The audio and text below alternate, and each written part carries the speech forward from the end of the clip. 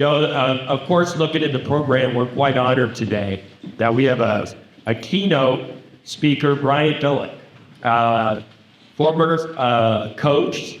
And of course, the word coach is just like chief. You don't lose coach. You never lose chief. I prefer John. Coach prefers Bill. But the one big that makes it special, he's a local. He's from Redlands, California. He grew up going to school with Dan Snow. So now we know how Dan Snow graduated. Yes. Coach started in the coaching career in 1989, first serving on the admin staff with Bill Walsh of the 49ers. Then moved on to the Minnesota Vikings. It was the offensive coordinator. Head coach for the Baltimore Ravens for 10 years. And of course, probably one of his largest milestones was kicking the crap out of my New York Giants. So the 34-7 win in Super Bowl 35. Retired from coaching and then went into becoming an analyst, both for Fox and NFL Films for 12 years. Let's have a warm welcome for Coach Billick.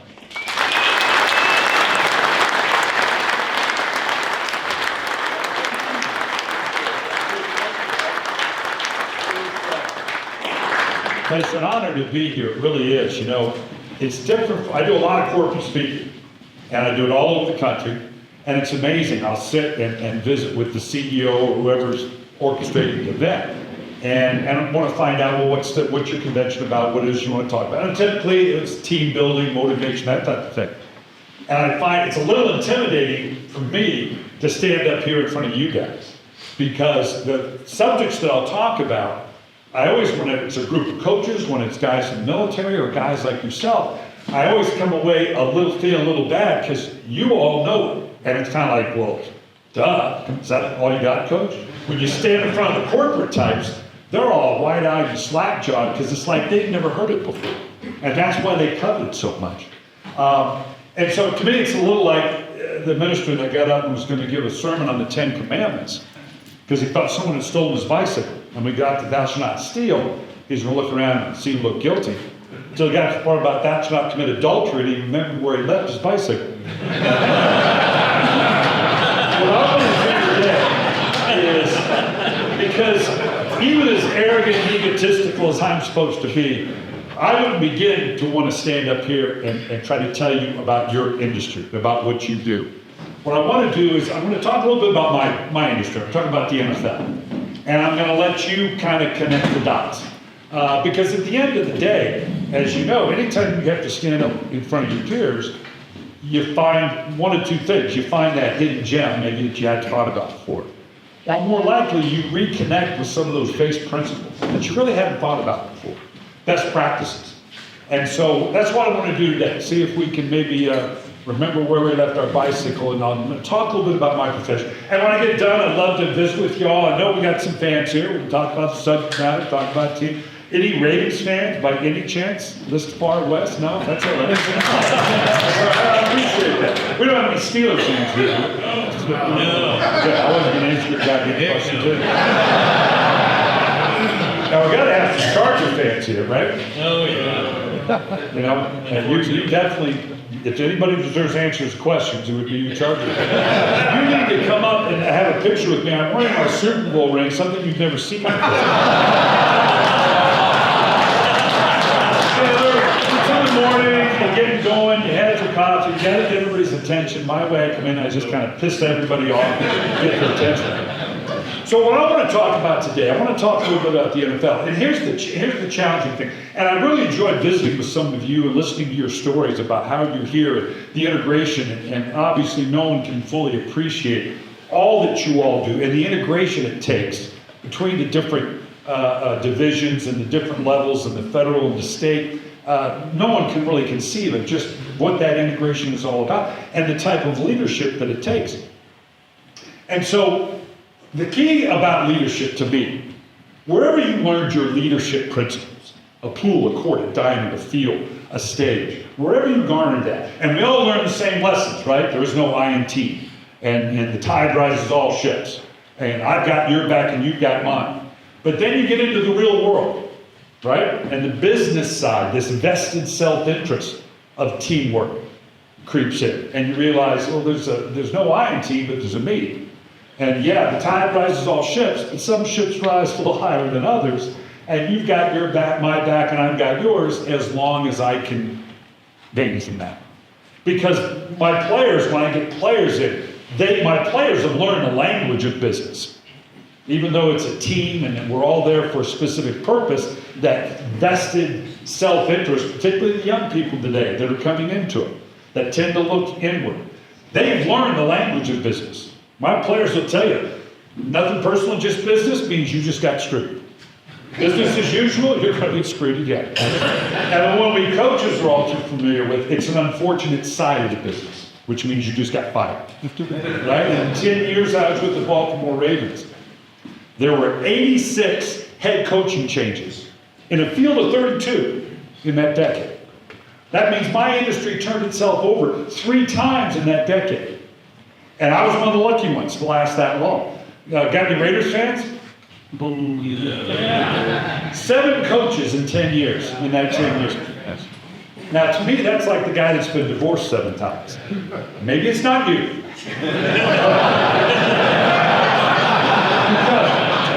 Look at how you're choosing these people, right? So, and the business side, even though, when I got into coaching and I grew up in Redlands and actually coached at Redlands High for a little bit and University of Redlands college coach, got into it like all of you got into your industry, because the love of the game and the wanting of team work and wanting to be together. And like I said, businesses today covet what you all have and covet that idea. Nobody has employees anymore, right? They're team members, they're associates. Because everybody is looking for and recognizing that that's the way they're going to succeed in business, is developing that teamwork that you all live every day and nurture, because that's where the real profit margin is going to come from. And so that business side inserting itself, and here's part of the difficulty.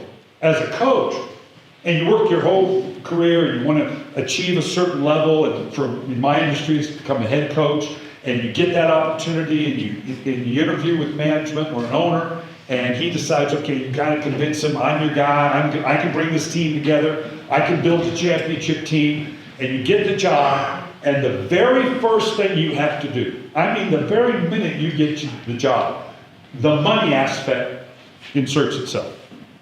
In the NFL, we have a cap, and it's a very hard cap, and it's a way to keep the competition level. It's a way a small market team. In Baltimore, we were a small market team, simply because we were shoved between the Redskins and then now the Commanders, but Washington and Philadelphia. But that's how a small market team can compete with a big market team. This year, the cap is $270 million. That means I have $270 million to pay my 53 athletes. You would think that would be enough, wouldn't you?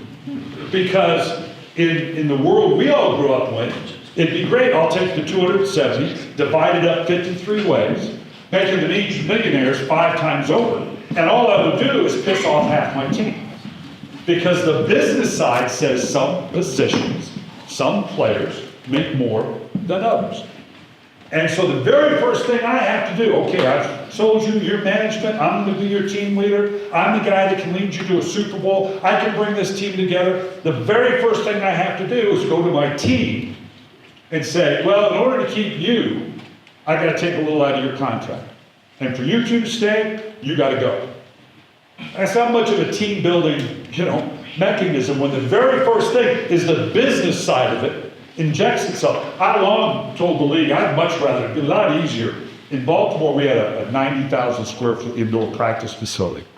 And I said, I'd much rather, I'll pick the 53 players, lock them in the indoor facility, throw in the $270 million, let them figure out who gets what. That's a pay-per-view event. You can do that.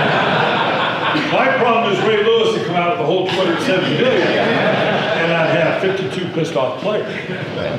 So that business side is going to inject itself, and it's something, and you have to recognize it's not just your workforce, but it's your clientele.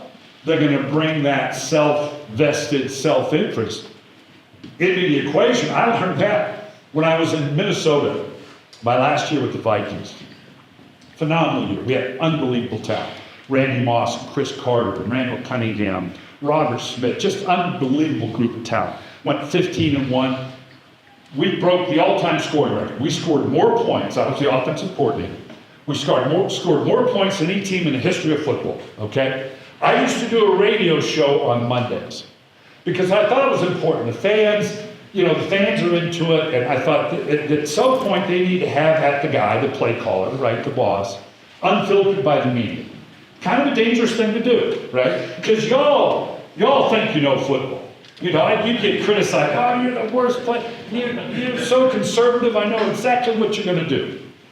I can run it or I can throw it. You got a 50-50 chance, right? But they're still going to criticize. So I used to do this radio show. And on a year, you're 15-1 and you score more points than any team in the history of football. Obviously, it went pretty well. Well, there was one show we did. We played the New Orleans Saints. We beat them 56-6. Phenomenal game. So the next day, I'm thinking, well, how bad's the radio show going to be? Sure enough, the first caller calls in and he starts ripping me up you're the worst. I can't believe they'll fire you. That last call you called was ridiculous. I said, time out. I had enough. The last call was a flare pass to the fullback. He scored untouched. What's your problem with that? He said, I had Chris Carter in my fantasy league. So everybody's got their own vested interest in it. And the business side is going to insert itself. And that's the hard part in dealing particularly with the young people coming into it. That is such a priority, and you have to embrace it. You can't just old school and bring, a bunch of us retirees now. It's, the old days didn't used to be that way. Well, yeah, it is that way now.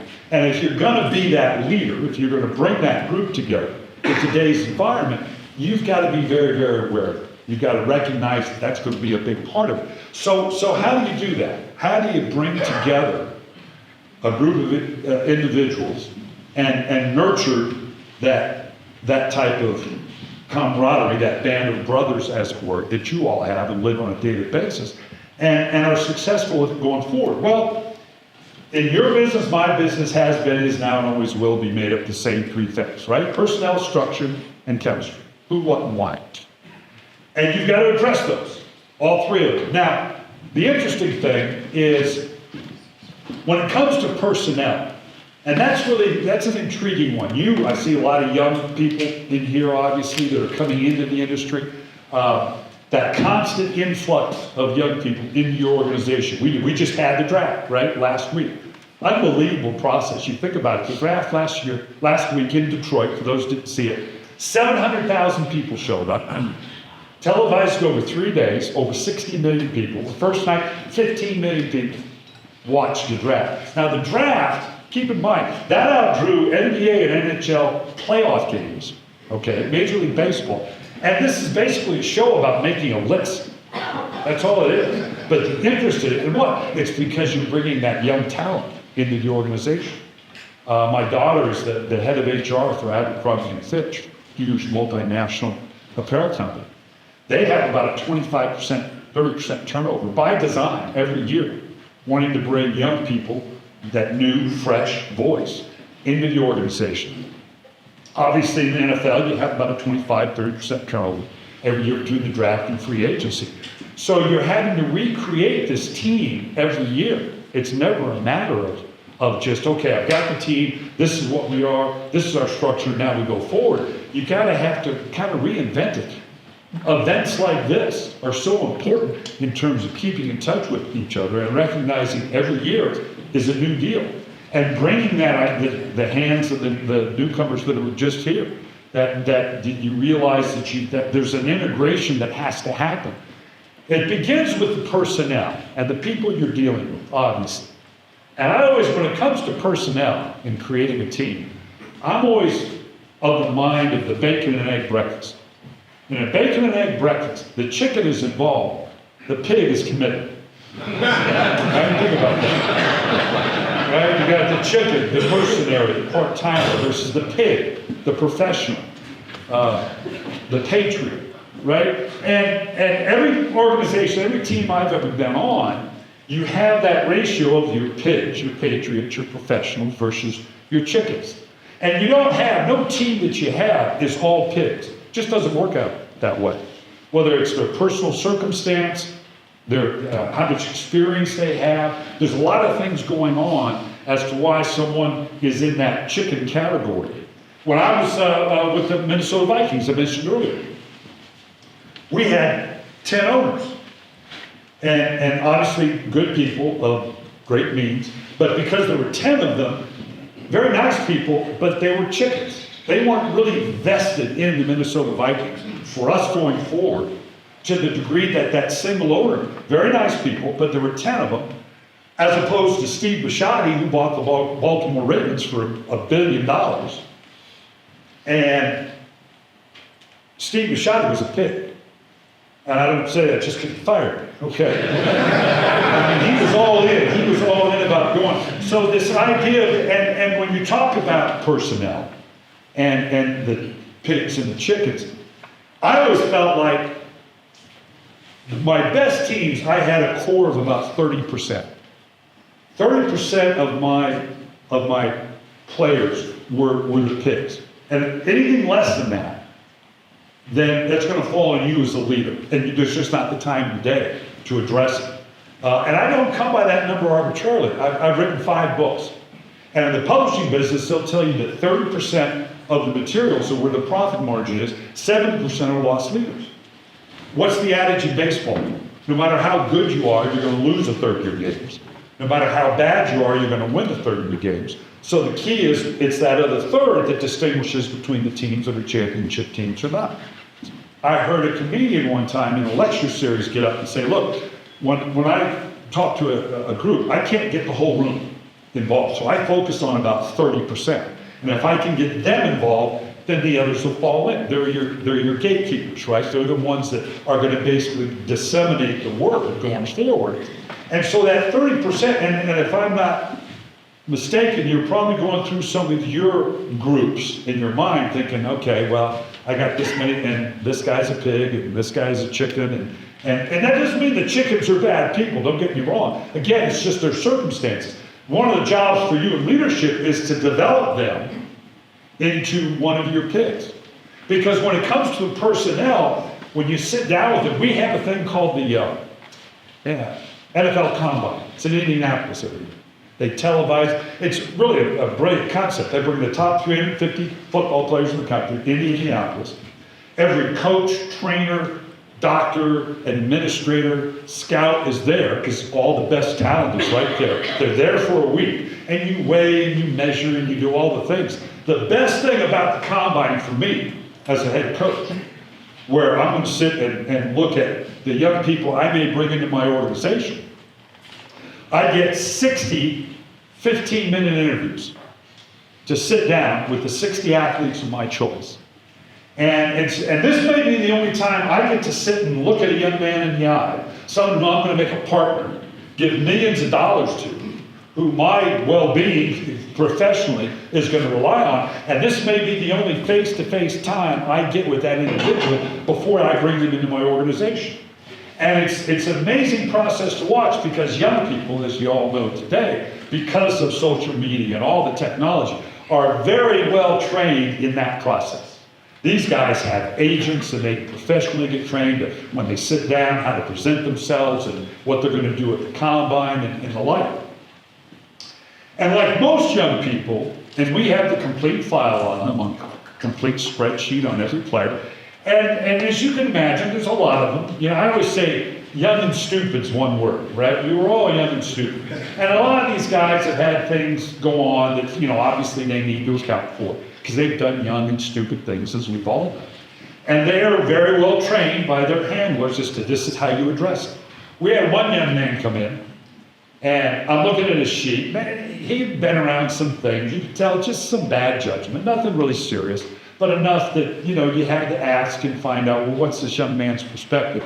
Because he just was maybe around some wrong situations and some wrong people.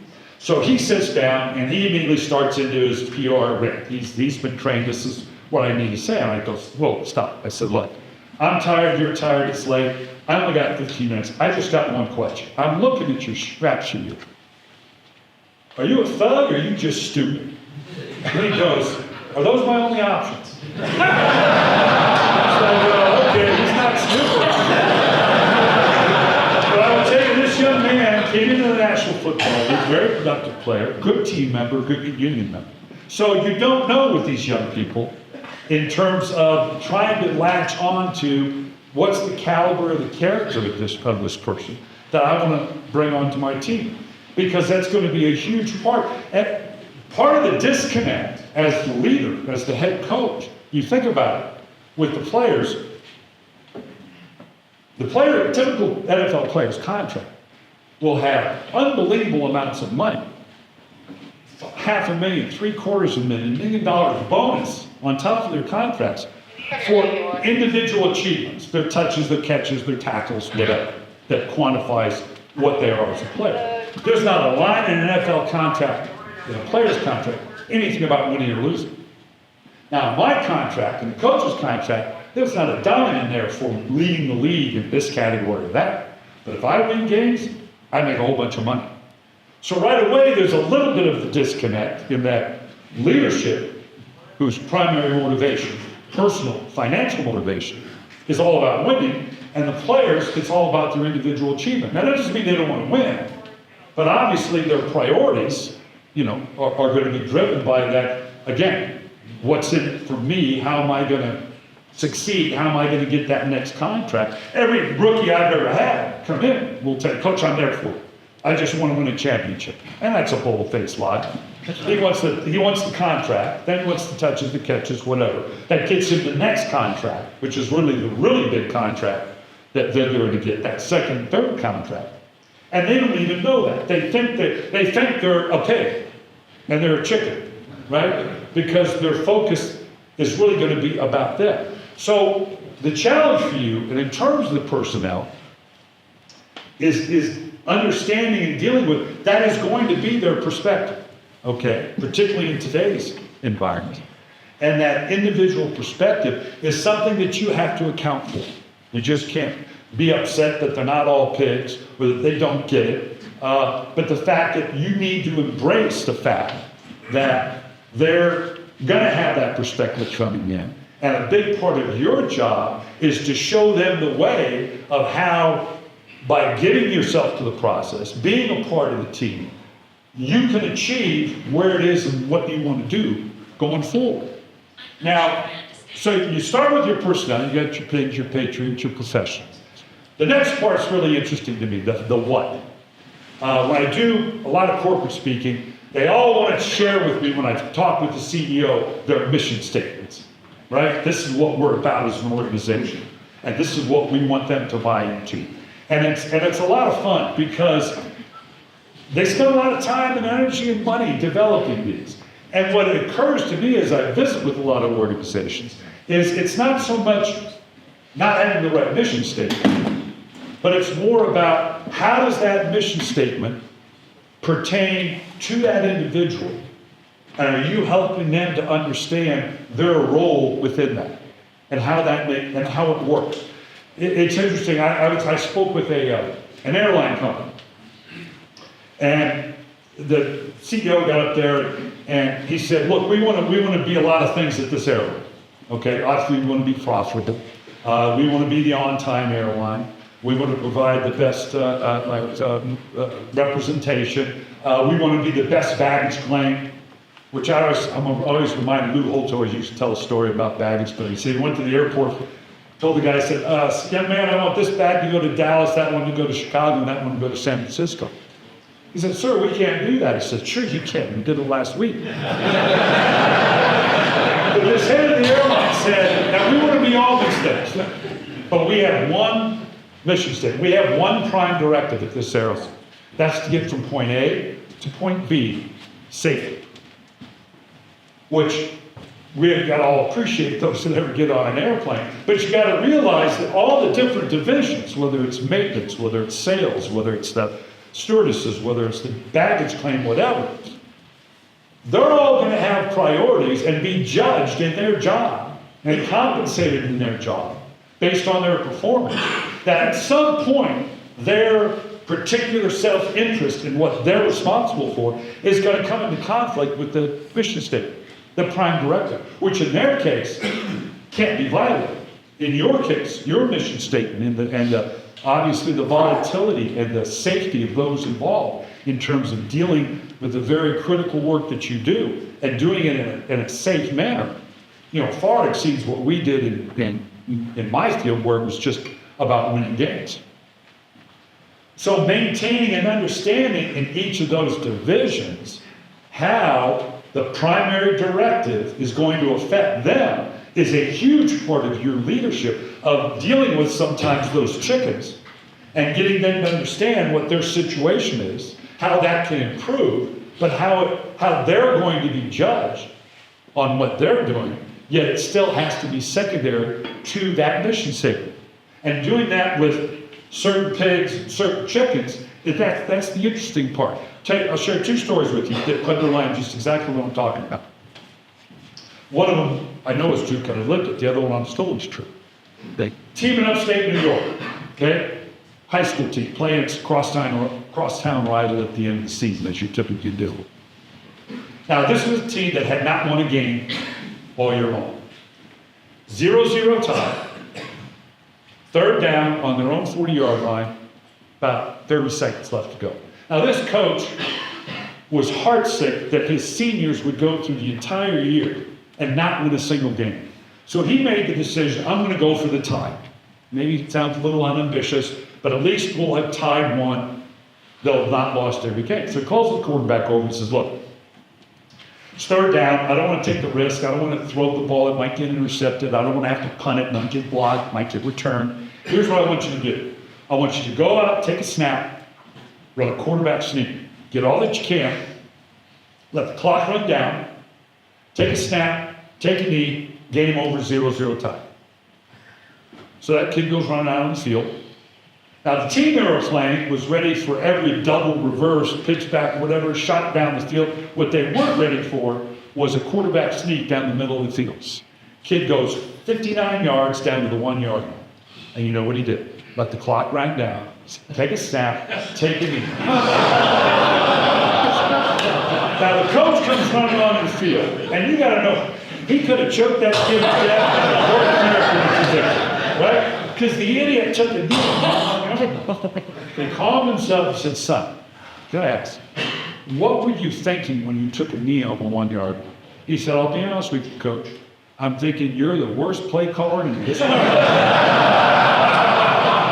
He had a chicken quarterback. He had someone that didn't understand the prime directive, the main mission. All they could understand and do. I've always said there's two types of players that can't play for me. The one that can't do what he's told, and the one that can only do what he's told. So we had a chicken quarterback. We'll compare that to we're down in Jacksonville, we're down by 5. We're on our own 20-yard line. Quarterback does a great job taking us down the length of the field. We get down to the 10-yard line, we got time for one play. Got to score a touchdown. Now, I'm like every anal, attentive, obsessive coach you've ever had. I've got to play for every situation. For us, it was 3 wides, train right, fade whiz, jump right, H, drive, Z post. That got me. Now, I know you didn't understand the word I just said. Unfortunately, neither did my quarterback. Because here's what's supposed to happen. You got to post the back of the end zone. They don't cover the post, you have to post. You cover the post, you got a tight end on the goal line. They don't cover the tight end. If you get in, they cover the tight end, you have a shallow route. And then post, sit route, no shot, right here. 1, 2, 3, practice all week.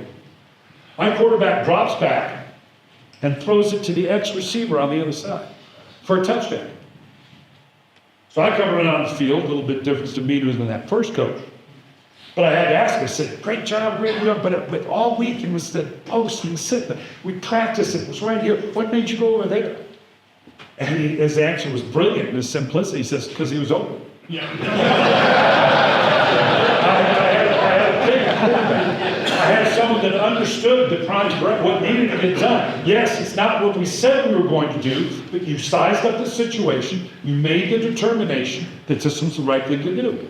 And that could have gone sideways easy. Could have been tipped, could have been dropped, could have been sacked.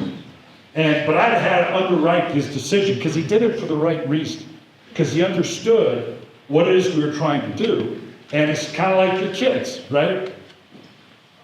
I can't cross that white line on the field. At some point, that free agency, they have to hopefully coach them right, teach them up. Hopefully, they get the right idea of what the prime directive is. Because ultimately, they're the ones that have to execute. You deal with that on a daily basis with the teams that you have. And hopefully, they're coached up right, they're communicated right. And then they step in, they can handle the situation and make the proper judgments, even though it may not be exactly as it was laid out to you textbook, but they have that kind of free agency. And so that tying it together, and when you have it from the right people, I'll tell you the minute I knew we were going to win Super Bowl 35 against John's Giants. Our Super Bowl was down in Tampa. And we were practicing at one of those Florida directional schools, northern, southern, whatever, Florida. And in Tampa, traffic's terrible. And I was a coach. I never had a lot of rules. I was treated my players. Said, you act like men, I'll treat you like men. If you act like kids, I'll treat you like kids. So I vested a lot of the leadership in them. And I had some really good leaders. I have a lot of good things. So we're down in Tampa, and I said, look, I got one rule this week. It's the only one. We had no bed checks. People freaked out that I didn't have a bed check. No, I never did have a bed check with my players because I always told them, look, if I got a knock on the door the night before game to see that you're doing what you're supposed to be doing, where you're supposed to be doing, we got a whole lot of other problems. So I'm going to invest you in that process. And they responded to it. They appreciated being treated that way. But I said, I do have one rule. You got to go to and from practice on the bus. Because, I want to know you get there, and you want to know you get back, traffic, we got an escort. So that's the one rule I have this week. Well, after the first practice, I'm coming out of the locker room, and Shannon Sharp, one of my picks, was with one of our rookies, Bart Scott. They don't know him behind me. And they're walking out the bus. And Bart looks to Shannon and says, look, my aunt and uncle are here. Practice with their moto. You think coach will let me right back with them? Now, a lot of players, some of my chickens would have gone, that's the coach's. Yeah, sure. Yeah, go check the trucks. That's not my lane. Shannon was one of my picks. Shannon looked at him and said, Coach said we're going to and from practice on the bus. Get your butt on the bus. Right then and there, I knew my picks were in charge. That we had the right guys, that they were going to follow the right leadership and going on to beat the Giants. That idea of that leadership, and particularly the way your young workforce will respond to that leadership. That's a huge part of it. I always counsel people in leadership. People don't care what you say until they know why you say it. And that's a big part of it. It's almost less important what you're saying than you realizing, well, what are they hearing? Right? That's a big part of it in the message you're trying to put out. I learned that when I was at Stanford. I went from John jumped over my college. I started San Diego State, Utah State, was coach. And I went to Stanford University. And obviously when I was at Stanford, the players I had were a little different. Not better, not worse, but just different in their backgrounds. And when I was at San Diego State, Utah State, I was kind of a yeller, screamer. When you think leading means yelling and shouting and doing all those stupid things. And to learn better. Then I get to Stanford. So I get to Stanford, and one of the first practices, one of my receivers or tight end did something wrong. So I pull the coach blue banner. I jump on him and go, you're wrong. You have no idea what you're doing. That's wrong. You have no clue what you're doing. And he gets up calm as could be and goes, well, evidently not. Well, that's the first time I had that response. I thought, ooh, I'm going to have to communicate with this kid a little bit differently in order for him to get the message. My wife the other day, she said, is there any habits or anything I do that really bothers you that you would like to change? Be careful. And then she got all pissed off and left. Halfway through the PowerPoint presentation. I mean, that's rude, right? So the point being that it's almost more important in terms of understanding what are they hearing as opposed to what you're really saying, because that's what they're going to act on. I can't tell you how many times as a coach, I'd be on a sideline and a play would happen. And the player would come off, and like an offensive lineman. We call being covered uncovered. If you're on the offensive line, you have the guy directly over you or above, where there's a linebacker off the ball. So it's defensive line on you or above. And that dictates what you do. If you're covered, you do a certain kind of block in combination with the guys you're with. And if you're uncovered, then it's a different kind of block where you work. I can't tell you how many times, there's a guy on the top of him, he makes the play. The player will come off, and I'll go, were you covered or uncovered? He goes, Coach, I was uncovered. There was no one on me. And you look at the film, you got the Polaroid, and there's a guy, now this guy is probably 6'4", 290 pounds. That's hard to miss. Dead on the guy. So he would swear on a stack of Bibles through the fog of war that there was nobody over him. So now you can rant and rave and rail against the world as to idiot, why didn't, or you can kind of, okay, obviously this guy's struggling a little bit to see the big picture, see what's going on. He's getting that fog of war. So now I got to communicate with him to get him to understand how to correct that, because obviously he's a little confused right now. And you can do it a lot of different ways. And the hard part is, as you all know, because you deal with each other, when you deal with each other individual way, under very critical, intense situations, like us on the sideline, you'd love to be able to take the time to say, geez, let's talk about this. I think you should approach this a different way. You don't have time. Sometimes it's the 2x4s ahead going, listen, this is what we got to do going forward. So having the understand that mission statement, that prime directive, combining with that big chickens and the pigs and who you communicate is obviously pivotal. And the way they interact with each other. To give you a perfect example. Steve McNair, God rest his soul, he's one of my quarterbacks now. Great player. Players love him, quick to smile. Knew that Steve cared about them. They'd do anything for Steve. And that's what great leaders do, just because people don't care what you know until they know that you care. Right? That combination of why of what you're doing and who you're doing it with. And Steve was naturally gifted at that. So we're down in New Orleans again, and I'm calling the plays at the time. So I send in a play, a bunch formation with a pass off to the left. When we come out in the I formation, he tosses the ball to the right, and the guy goes 80 yards for a touchdown, which I'm thrilled to death. It's not the play I called. But so Derek Mason was one of the receivers. He was coming off the field. I said, Derek, what did Steve call? He said, Coach, Steve said toss right. No, what was the formation, the snap count? I had called bunch left to the thing. What did he call? Coach, he said toss right. I said, Derek, we don't have a play called toss right. He goes, I know. But the team, because it was Steve, they figured, he said toss right, we'll figure it out. Because they were not going to let him down. And you get that kind of leadership. People ask me all the time about Ray Lewis. Whatever your perspective of Ray Lewis, get Hall of Fame player, one of the most naturally gifted leaders I've ever been around. Because, and the reason was, not only because he was a great player, but because he lived it every day. Meetings, practice, weight room. I'd stand in front of my 53 quasi-millionaires every Wednesday to deliver the game plan. And there's Ray Lewis, front row, book at the ready, highlighter out. Now, yeah, that kind of leadership, when you get some young kid sitting in the back with his hoodie up and he's slouched down, how easy is it to be going, really? This guy's walking into the Hall of Fame. He's bright-eyed, ready to go, and you're sitting back there doing that. As I told you, I wasn't I didn't have a lot of rules for my team. And even in training camp, I used to let my players go home at night. At training, because you sleep better in your own bed, right? It's a long, arduous time.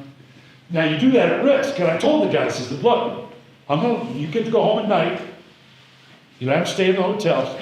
But if we have one of you miss a meeting, late for a practice, miss a treatment, anything like that, I'm pulling you all back in, putting you in that shitty Motel 6 we used to stay, and you got to tell Ray Lewis why he doesn't give you a home. I did that for 10 years. I didn't have one inspector. We were playing the Cleveland Browns, and the year I was just so fortunate to be around some really good teams. As I told you, Minnesota, we had the highest scoring offense in the history of the league. Well, the year we won the Super Bowl, we had the lowest scoring defense in the history of the league. Phenomenal group of defenders. And Ray Lewis obviously was the main leader of it. And if you're going to break, and we broke the all-time scoring defensive record. Well, if you do that, you have to have a lot of shutouts. And we were about to play the Cleveland Browns. We weren't home, and they were terrible. They just weren't very good. And my guys could feel it. That we're going to get another shutout here and break that record as well. And I used to do something a little different. I would run the scout teams as the head coach. I would run the scout, both offensive and defensive scout teams, because it did a couple of things. One, it allowed me to touch every player every day by working the scout, not just the starters, by working the prep team. And also kind of got me integrated into the offense and defensive plan as to what was going on. Because I'm the one holding the cards and telling the scout team what to do. And all that week, my defense, they're on it. They want this shut. And they're going to get it against Cleveland. Well, we come out, Cleveland Browns, they get the ball on the 14-yard line. They proceed to go 86 yards the length of the field and score a touchdown. And we're just stunned. Fans are stunned, I'm stunned, the defense, so the defense is coming off the field, I'm walking down, I'm going to do my head coaching thing. And Ray Lewis comes off looking, he goes, don't say a word, I got it. That's it. So I made a hard lift to the Gatorade. I don't know what Ray said to them. They went out. Remember, we gave up 86 yards on the first drive. We gave up a total of 110 yards total on the day. That means on the next 3.5 quarters, they got nothing. Because Ray, as their leader, was able to tap into, we're better than this. You're going out of structure here. Let's get back to doing what we're doing. However, he phrased that, and they came out and were, lights out then. Because a lot of it has to do with, again, it comes back to that personal, vested self-interest. Think about this in terms of the conflict sometimes the players will have living up to the prime directive, following their leadership, when they're vested self-interest. As I said, players' individual incentives in the contract can be huge. So I got 2 defensive ends, Michael McCurry, Peter Bolzer. Both guys that at one point had led the league in sacks.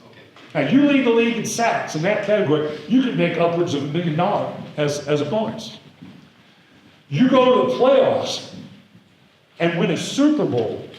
I think the Super Bowl payoff total playoff is like $150,000. Not bad, but the first playoff game is like $25,000.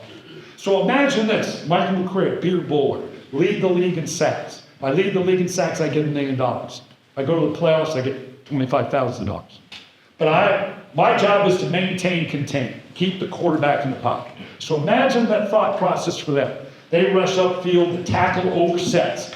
They can go inside, maybe sack the quarterback, get $1 million bonus, or they can do their job, maintain, contain, don't let the quarterback out of the pocket, don't get the sack, but win and get $25,000 from play first half.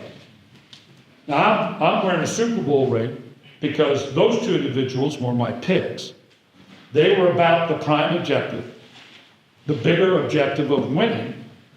They did their job. They maintained, contained, didn't put the others at risk, even though doing the other thing was a higher, return on their investment, so to speak. And that's when you know you've got something going, when you've got your picks in control. They understand what the prime directive is, and they can communicate that now, and can nurture your younger players, your younger team members, into understanding that prime directive. So you got your personnel, you got your structure, and this is where it really gets interesting, the why. The energy putting into making sure that everybody is on the same page and why they should be doing this. Like I said, people don't follow you because of what you say. They follow you because of what you say. I'm old school. You know, I grew up with the idea, and I got a few of you, my peers, Dan and I went to junior high and high school when Coach Brandstetter or Coach Womack, our coach, when the old day when Coach said jump, you said what? How high? Today you say jump, so you go, why? Is that my contract? How much do I make for that? And you know what? Those are legitimate questions. And you better have the answer for them. That why of what they're doing. And that's really where the leadership comes from in terms of you nurturing that ability as a team member. I learned that a couple different ways. I'll tell you a story, true story. My younger daughter, Audrey, who's now she's my lawyer, she's the one the VP at Abercrombie and Fitch. My first year in Baltimore, Why? we were just an average team. And they had never had a winning season since their inception. We ended up going 8-8, not overly ambitious, but it was a big step for us prior to going to the Super Bowl.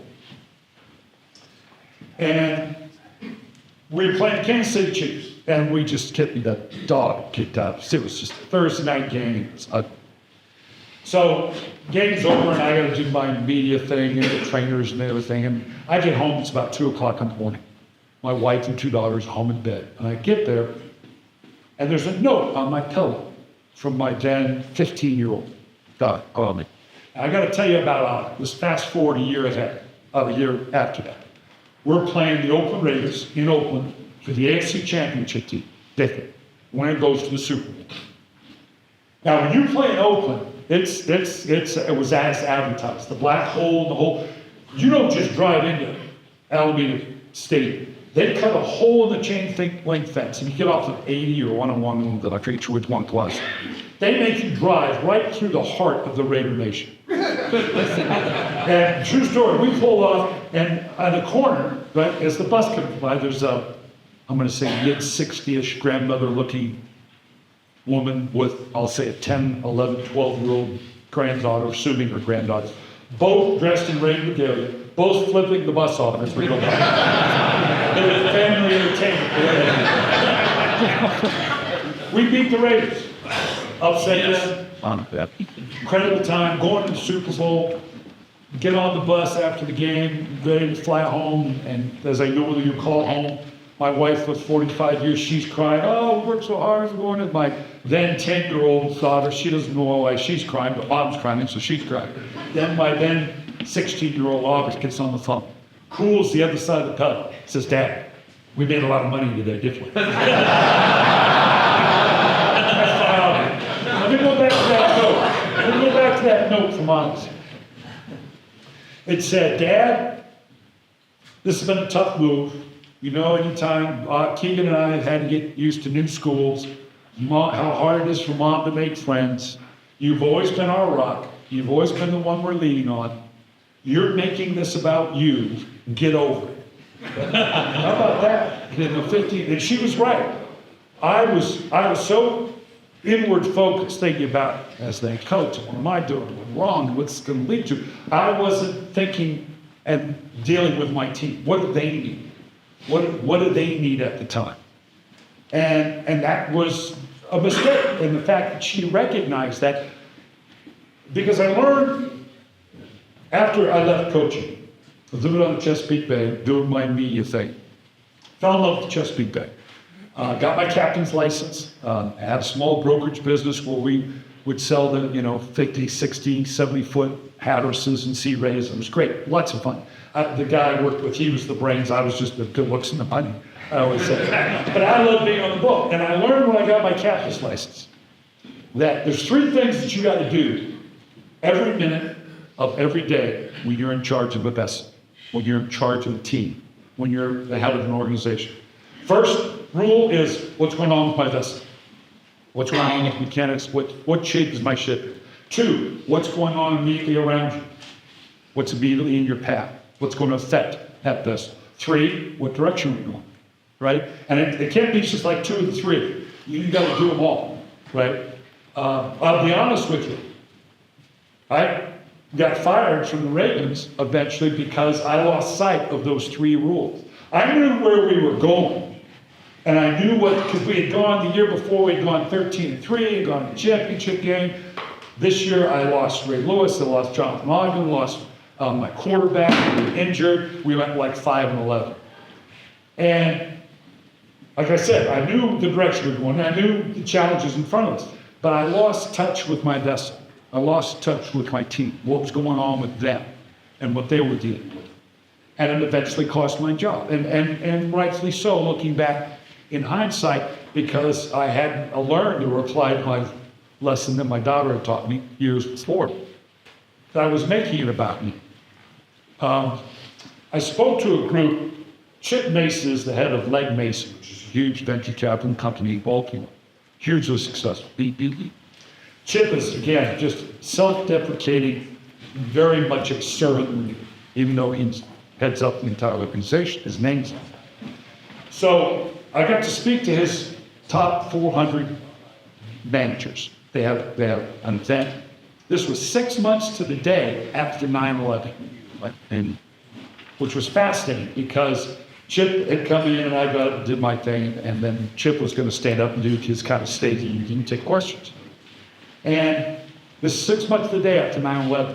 So then Chip allowed me to sit because I wanted to hear what the questions were and what people had asked. So a guy in the back room gets up and he says, Chip, 6 months ago, the day after 9/11, you got the same group of people. We all got together. And you told us, okay, look, this is where we're going to be in 6 months as a country, as an organization. Here's the here's the interest rates and the startup, and with the CPIs, all the technical. Here's where they're going to be. He laid it out for me. He said, Chip, you nailed it. How did you do that? Unprecedented terror. No one knew what was going to go on. How did you know? And in typical self-deprecating, true servant leader manner, Chip said, I'll be honest with you. I made it up. And he goes, it's what you needed to hear. You needed to hear it was going to be okay. Now, he did that at risk, because it could have been wrong, and then you'd have your workforce going, oh, the old man's lost it. He said it was going to be this, and it wasn't. But he put himself out there because that's what they needed. And that's what a true leader does. You put yourself out there. It may not be in your best interest, but you're listening to what they need and responding with that. And that's really what the leadership comes from, and that's ultimately where that success is going to come from. Yeah. And you do it at a time. The other thing that I always point out now and become apparent to me, particularly in our woke, politically correct environment, the idea, you all know this firsthand, that command presence that at some point you've got to have. We were talking earlier about the integration between the federal and the state and the individual, how, but at the critical time, you all know this better than anyone, at some point there has to be that voice, that singular voice that says, this is what we're doing. And everybody jumps on board with the conviction. Right or wrong, but there has to be that singular voice. We've gotten into, particularly companies, to where it's not politically correct to be that, to stand and take that stand, to be that command presence. And that's a weakness.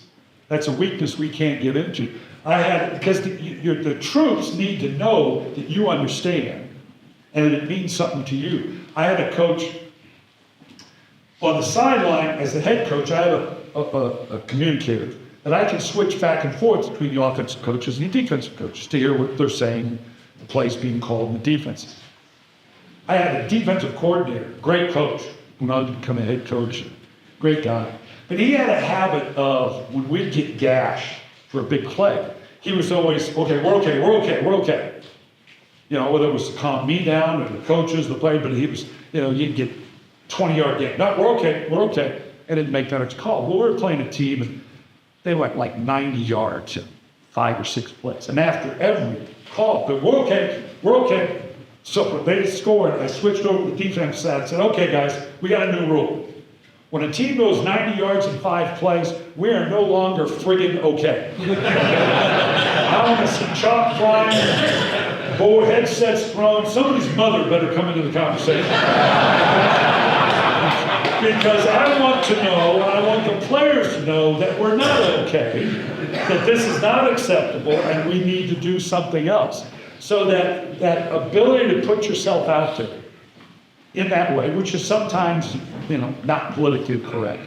But to have that courage of your convictions to go forward with what you know is right, yet willing to adapt. Denny Green, my mentor, God rest his soul, Bill Walsh and Denny Green, I've been able to work with some great coaches. Tom Landry got played under. Bill Walsh, who I was with initially, and then Denny Green. He was probably my biggest mentor.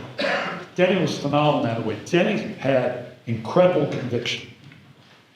He let you do your job. I always appreciated that as a coach. He let you call, I designed the offense, and he let you call the plays. He'd critique, but he got out of your way.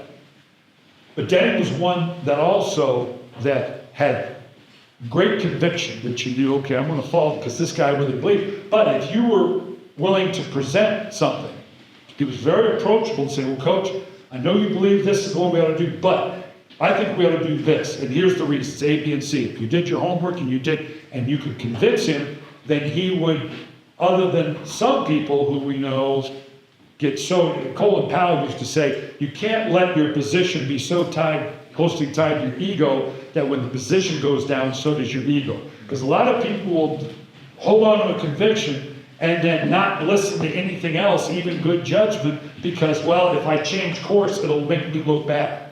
It'll make me look weak. Denny had that conviction, you follow him, but if you could convince him and give him the facts, he'd say, you're right, we're going to do this, and then he'd have that same conviction going that way, because he didn't care who the author of it was.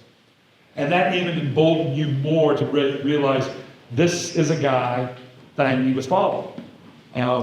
It's a true Denny Green story. It's just so subtle in the way he would lead. I was fairly animated on the site. Okay? It's a word for saying I'm loud and volatile and a whole lot of nothing.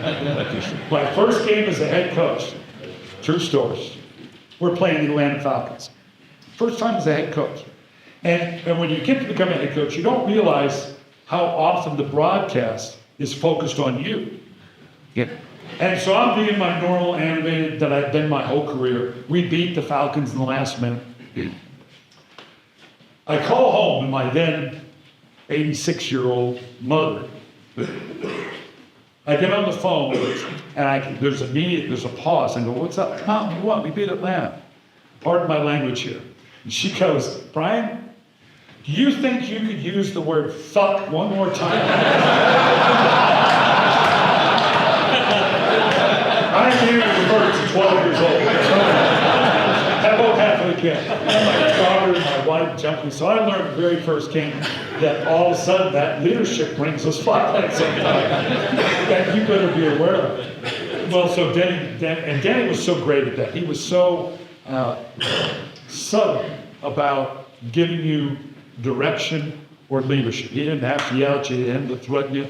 We were playing, and again, so I'm fairly volatile on the side. Well, one of my coaches who's up in the booth on the headset, he always had the habit of telling me to calm down. Brian, you gotta calm down. And I'd go off this, that, I'm calling. Brian, you gotta calm down. So this was the old metronome, which was, you could turn, you didn't even need the headset. You could just turn and talk to the guys and yell up to him. So I forget what's going on, but he was telling me to calm down. So I stepped onto the field. It's on the field. I point up and I said, 2 people tell me to calm down. Denny and Kim, and you're not one of them. So I turned back around, going about my job. Denny looks over and goes, back. Kim and I want you to calm down. She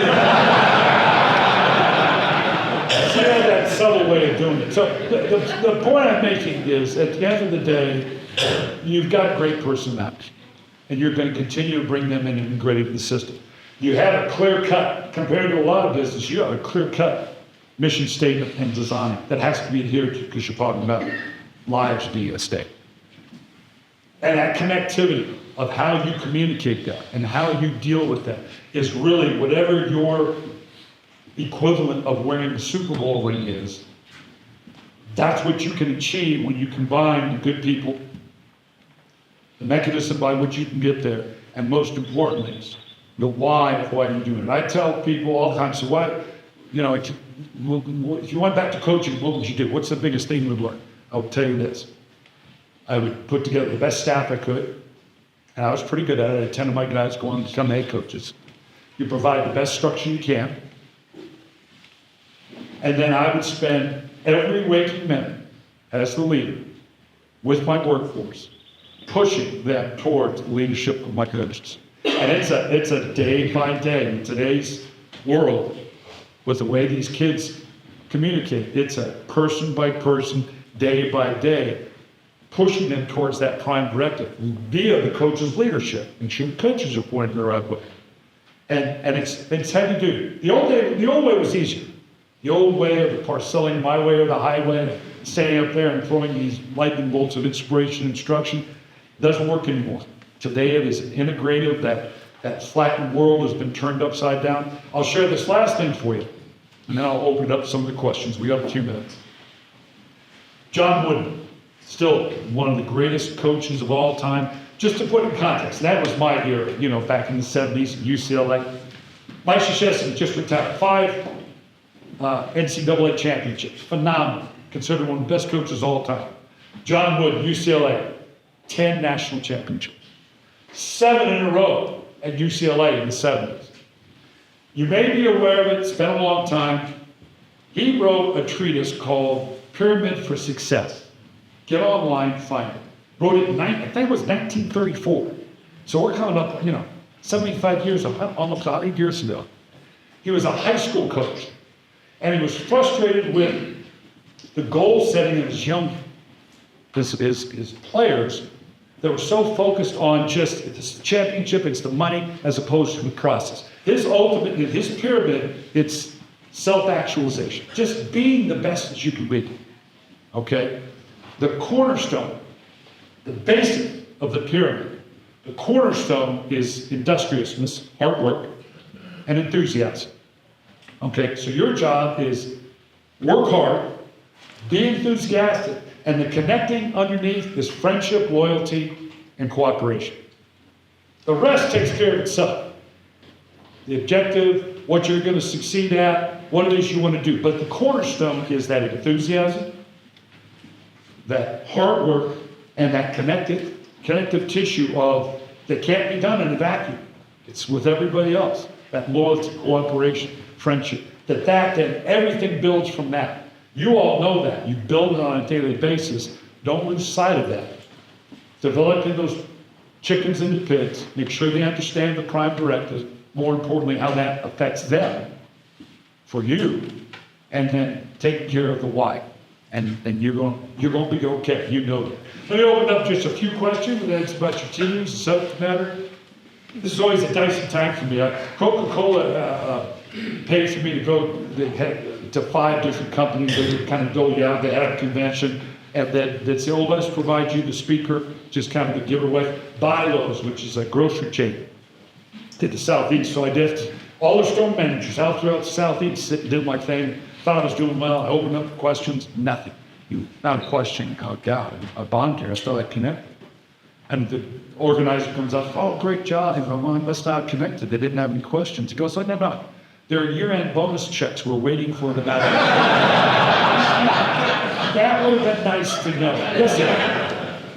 I'm curious to why you think that being a strong person with a plan is not politically correct. Because I think what I see all the time now is that standing up and saying, I have my plan, this is what we ought to do, means you're trying to separate yourself from the group.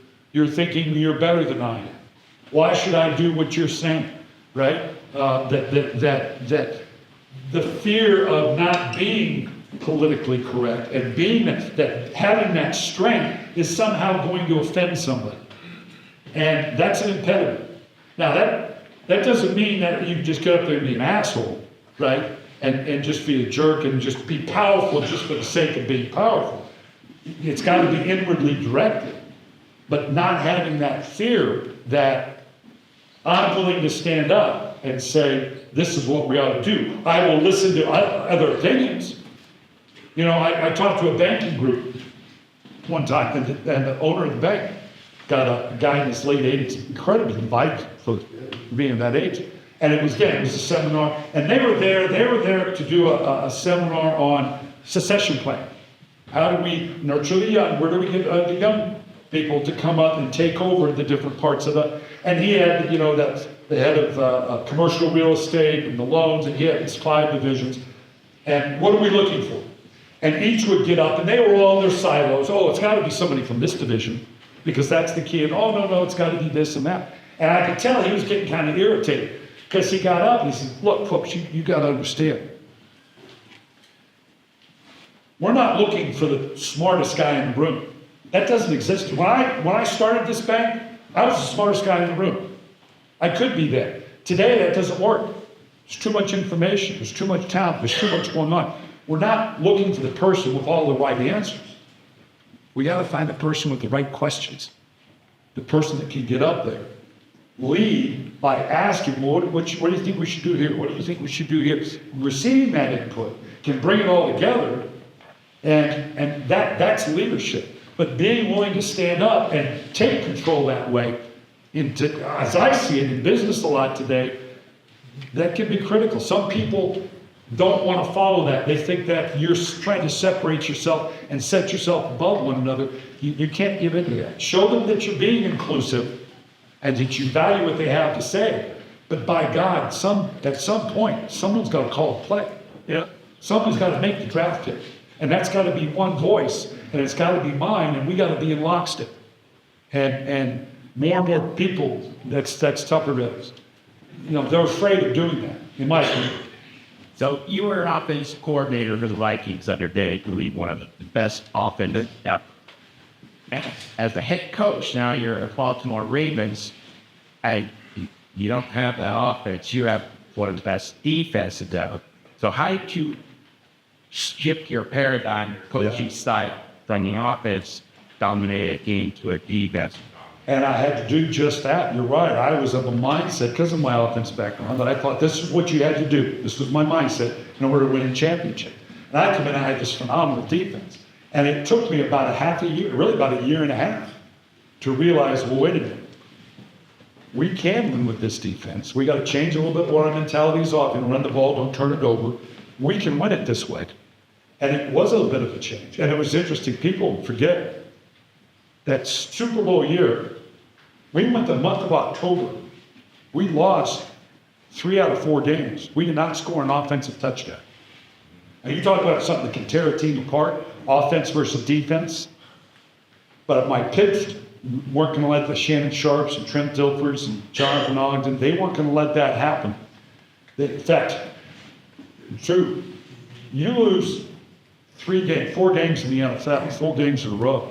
That's like losing 12 games in a row in the NBA. That's like losing 20 games in a row in Major League Baseball. Well, you lose 20 games in a row, you get mail. And it's the kind when you cut up magazine letters. You're not sure what's in there. So I got a letter from the guy, very professional. I don't know if it's accountant or lawyer, but very professional letter. It opened up 12 pages. And it was basically 12 pages telling me how screwed up I was. And I should be doing this, that, and the other.